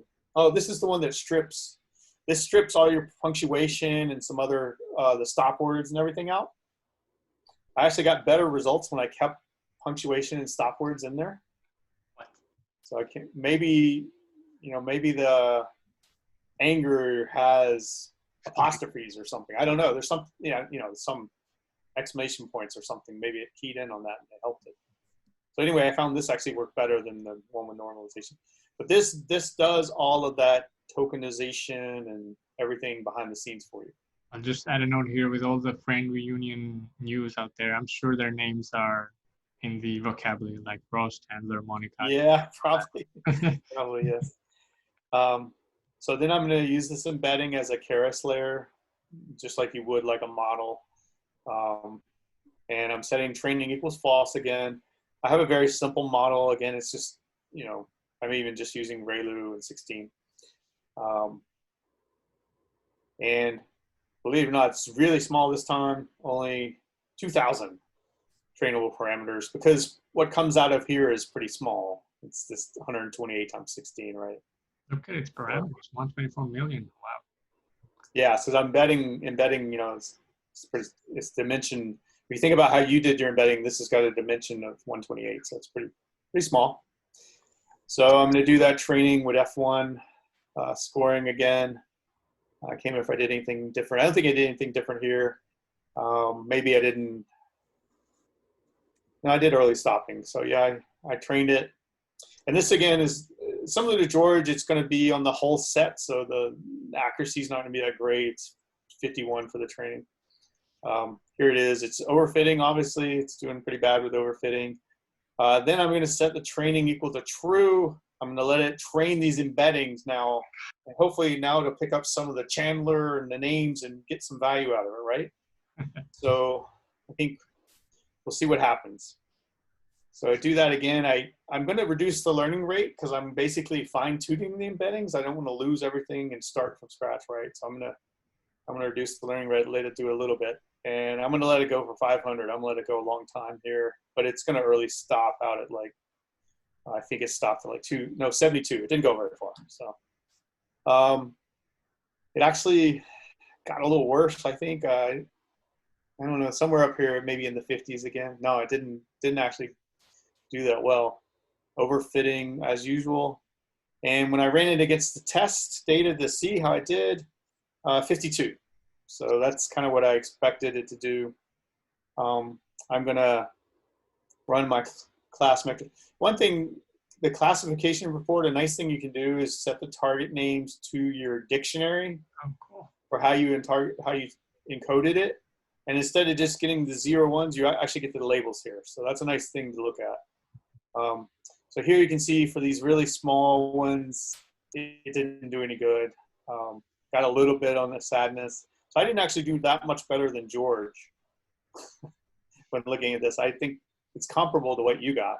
Even though I used a big, huge embedding knowledge base, it didn't do that well. But then I looked at the competition task, which was just a 4. And I'll fast forward here in lieu of time. When it did the 4, it got smaller, right, as far as max length. I didn't show it above, but I'm going to use the max length here. Here I start doing quite a lot better on the 4, right? So 67s, I'm going to stop. Again, it's, overfitting. I don't know how to fix that, but then when I train on the full amount, it's 124, but it's going to be fast. And I'm going to go for a long time. This time it tries for, gosh, where does it go to? 262 epochs, right? But they're quick. And when I ran against test, I get 74%. Wow. So I'm not doing anything fancy like Albert with attention. All I'm doing is I'm using a nice pre-learned embeddings, right, from this Google News. And I'm getting 74%. If you remember with Albert Meyer, I got 78 was my F1 score. So here I'm getting 74. And it tries pretty hard on sadness. It gets a little bit, it gets a little bit of anger. It doesn't do that great. And again, we're saying for it. So it's still not very good. What was the second graph that you showed? This is the third graph. What was the second graph that you showed us? Oh, I don't know. Did you fine tune your learning rate or something? Oh, yeah. So the one where it went really, really long, what I did was, I should have shown, what I did was I reloaded my model weights, right, the first thing. And now that layer, this happens to be the layer that has the Keras layer where the embeddings, I'm going to set it to true, right? So I can do some fine tuning of the embeddings as well. Sure. But how did you get the 74 in the second version and the one right above you? What did you change here? So the one above is where I had that embedding layer frozen, right? And I'm only training about 2,000 parameters. I'm only training these layers right here, the dense 16 and my output layer, right? Got it. So it's only like 2,000 parameters I'm training, right? So I trained those and got a 60 or 50 something, right? But then when I let it train my embeddings here by setting this to trainable, right? Mm-hmm. Now I'm training 124,000 or 124 million parameters. And I reduced it so that I'm doing fine training. I'm not trying to change them that much. And people could play with this and try doing bigger. The other thing to notice, I actually use this focal loss here, which maybe helped or maybe didn't. I don't know. Somebody, you can make that change and see if it helps or hurts. I was just doing it as a proof of concept. And when I let it do that fine tuning, I got a much better result, right? Here's where I got 74. So Interesting. So it improved a lot there. But really, if you look at it, it improved maybe on joy and neutral a lot. It did a little bit better on anger and sadness, but not much. If you only, remember that if you chose everything as just neutral, you would get a 70 here. So I just barely did better. But I'm not surprised. I'm not using any kind of context or anything. Awesome. But I put this out there just as a starter for people to see how to maybe do this. And the very first model, remind me again, what was the F1 that you got, the very first one? In this one or in anger? In this, or in this one, 70, was it 70 or was it? 74 here. Got it. Right. So with or without training the embeddings, you get about 74 basically, right? Say it again, with or without embedding? With the embeddings, frozen or unfrozen, you get about the same.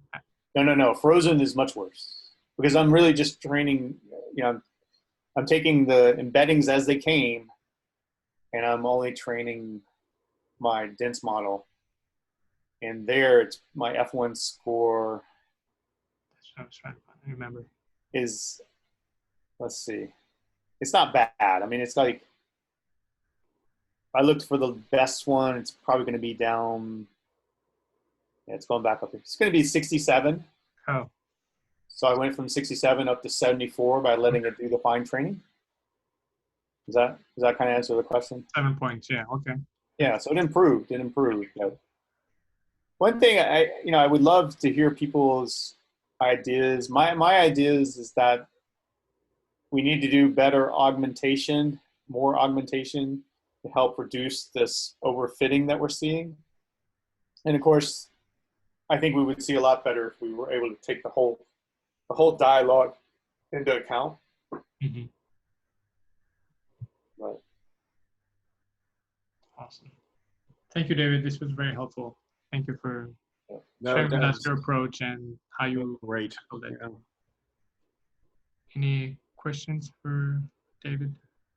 I have just kind of a big picture thing. So, I'm not surprised you would have, just from being a person, I'm not surprised you might have a hard time drawing an emotion from this data. When I'm just reading these things, I can't really tell.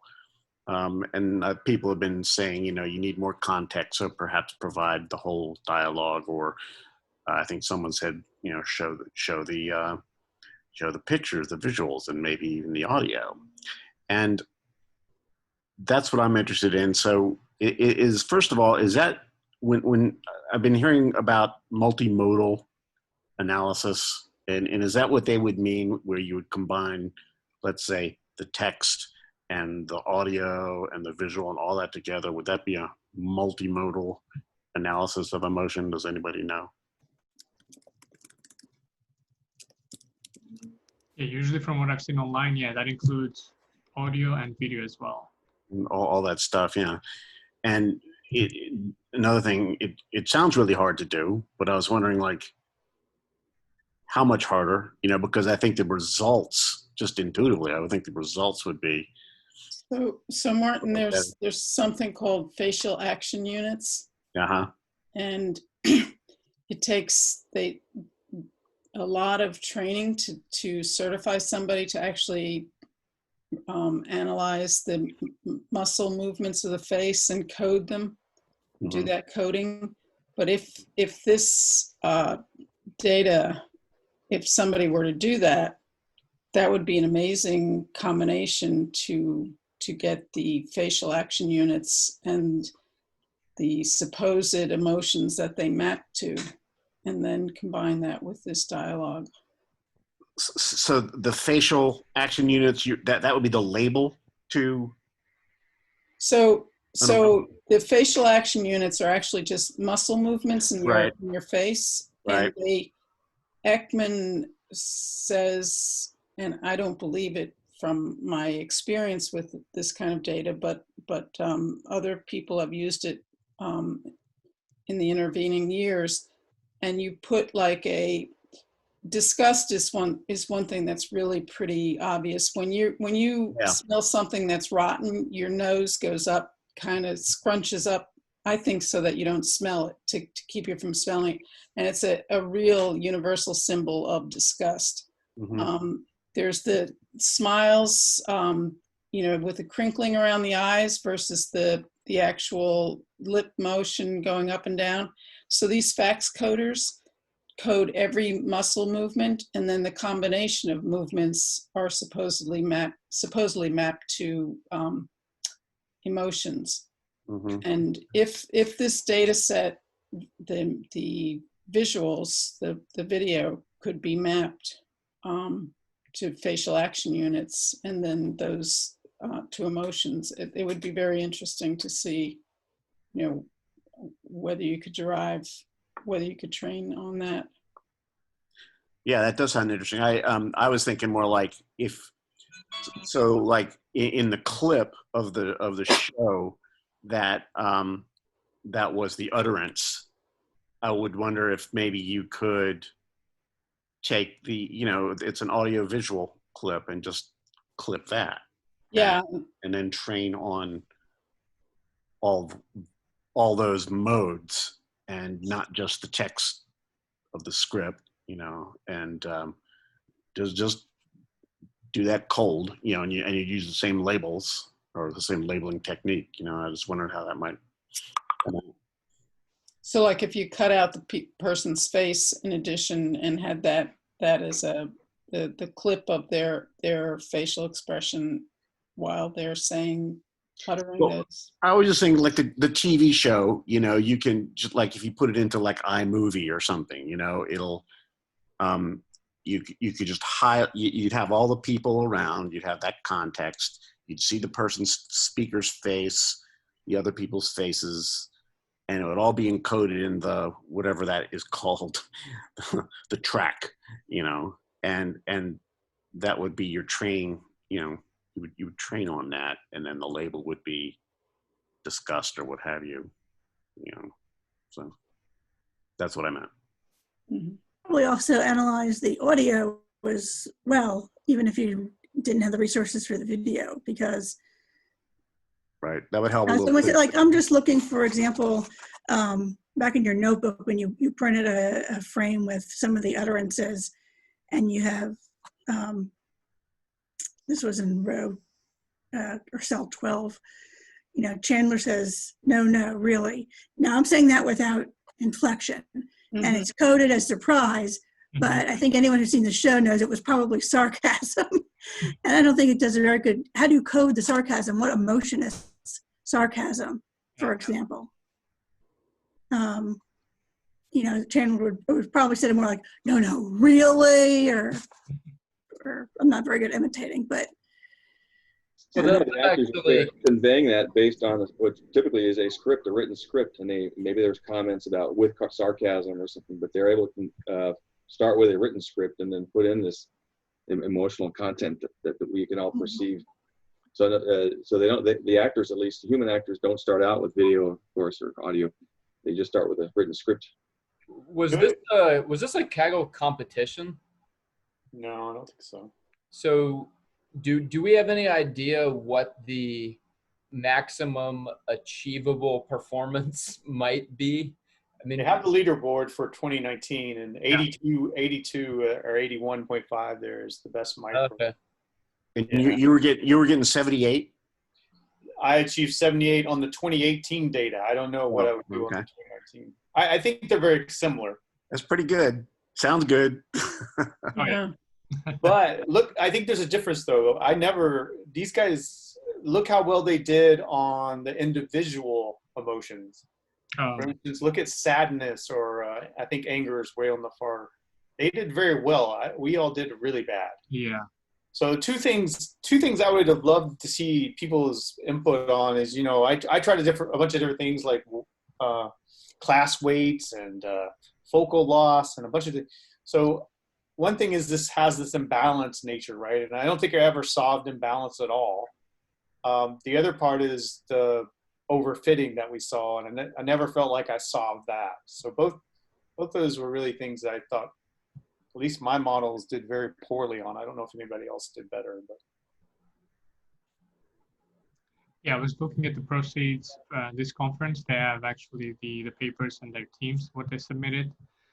And it was interesting to see their approach, maybe interesting to follow up and look at the papers, but let me pull up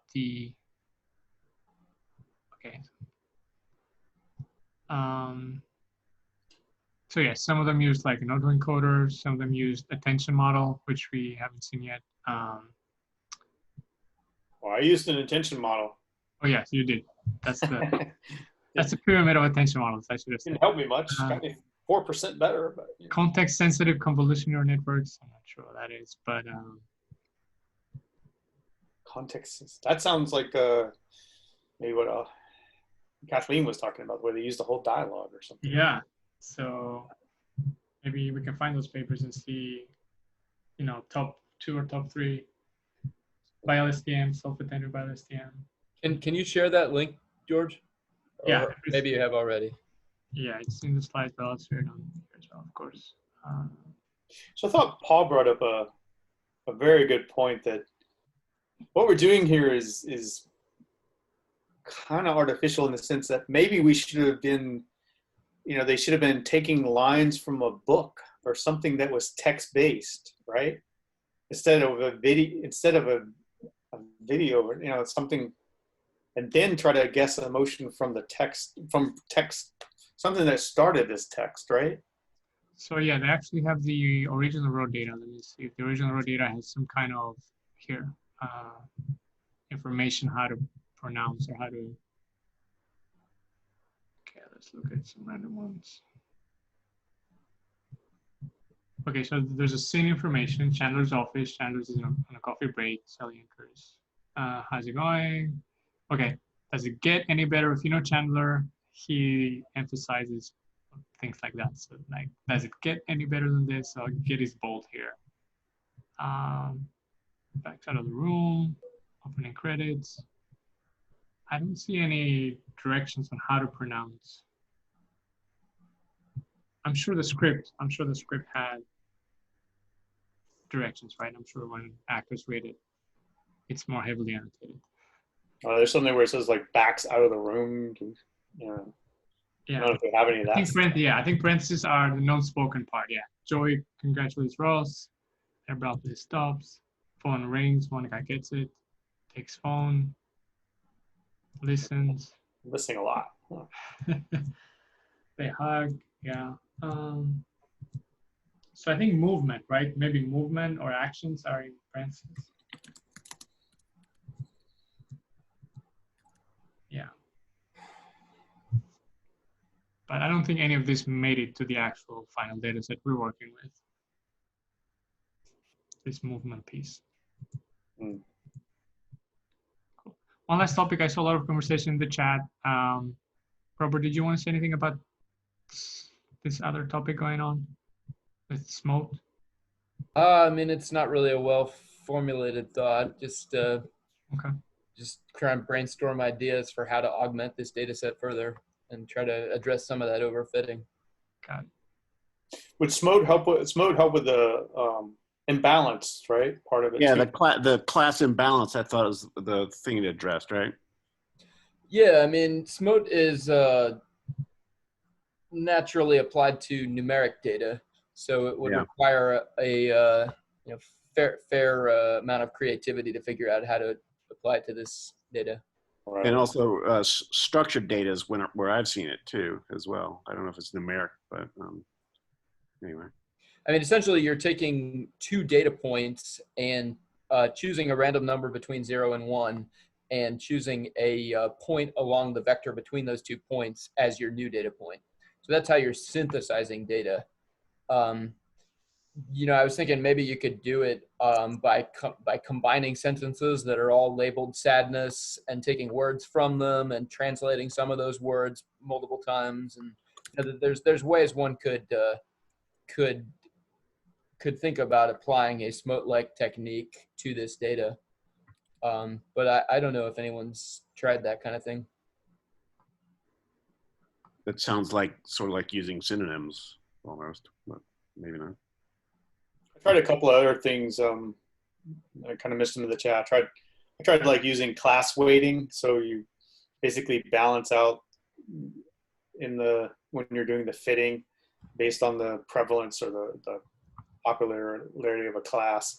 That didn't seem to help at all. I tried what's called oversampling the minority class, where it sounds like you're doing something with a minority class, but really you're reducing the instances of the majority class to try to bring it into balance a little more. And that didn't help me either. I don't know. I tried. So I was a little baffled about how to take care of some of these things. Can you real quick describe oversampling?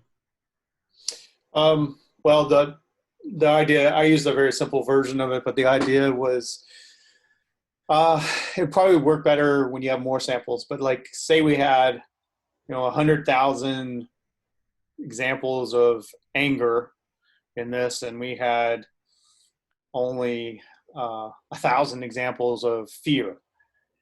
Well, or maybe 10,000, maybe have 1 million examples of anger and 10,000 examples of fear.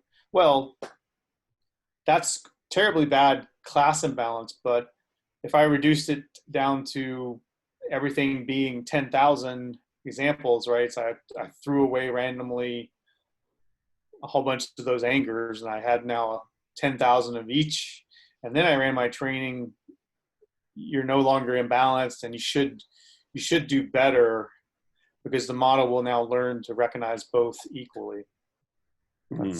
That's a high level idea behind the idea. There's much more complex ways to do it, but I had little success with that. And again, if I remember right, the test set only had 85 values where there was one of the emotions. I think, number 2 there was really, that's in the test set was really small. I mean, there's one that's 32 there, and it was pretty hard to do. You can't reduce everything else down to 32, or you won't have anything really a decent sized set to train on. The idea where I was only augmenting the minority classes was sort of like I was trying to do that oversampling, another approach. It helped a little bit. Cool. Well, with that said, I know that this is probably our longest session, so I want to thank everybody for joining. Thank you, David, for your detailed explanation of your approach. We all learned a lot.